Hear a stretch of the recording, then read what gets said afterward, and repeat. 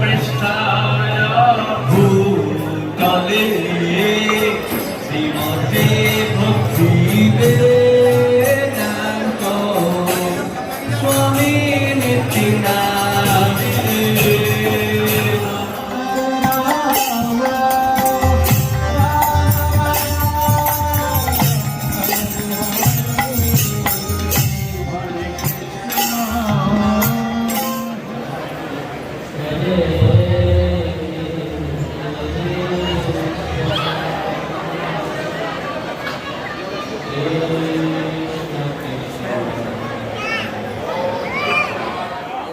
পরমানন্দম কৃষ্ণম বন্দে জগদ্গুরুম।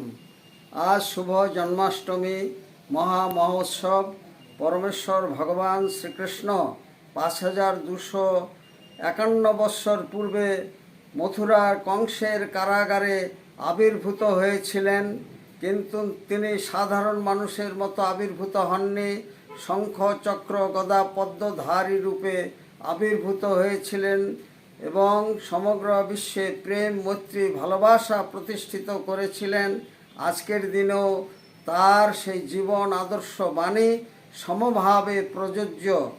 সমগ্র বিশ্বে ইস্কনের শাখা কেন্দ্র ছাড়াও হোয়াইট হাউস, কমন্স হাউসও এই জন্মাষ্টমী উৎসব পালন করা হচ্ছে।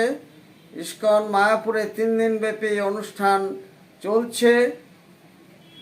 প্রথম দিন ছিল অধিবাস, দ্বিতীয় দিন ভোর 4:30 থেকে শ্রীকৃষ্ণের জন্মাষ্টমী উপলক্ষে সারাদিন ব্যাপী এবং মধ্যরাত্রি পর্যন্ত বিভিন্ন কার্যক্রম চলছে এবং তার পরবর্তী দিনে 27 তারিখে হবে নন্দোৎসব এবং ইস্কনের প্রতিষ্ঠাতা আচার্য এসি ভক্তিবেদান্ত স্বামী প্রভুপাদের 128তম শুভ আবির্ভাব জন্মজয়ন্তী।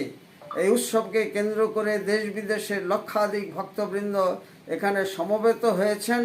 ভগবান শ্রীকৃষ্ণের কাছে আমাদের প্রার্থনা, তিনি পৃথিবীতে শান্তি মৈত্রী প্রেম ভালোবাসা প্রতিষ্ঠিত করুন আজকের শুভ দিনে, এটি আমাদের প্রার্থনা। রসিক গৌরাঙ্গ দাস, ইস্কন মায়াপুর, জনসংযোগ আধিকারিক, নদিয়া।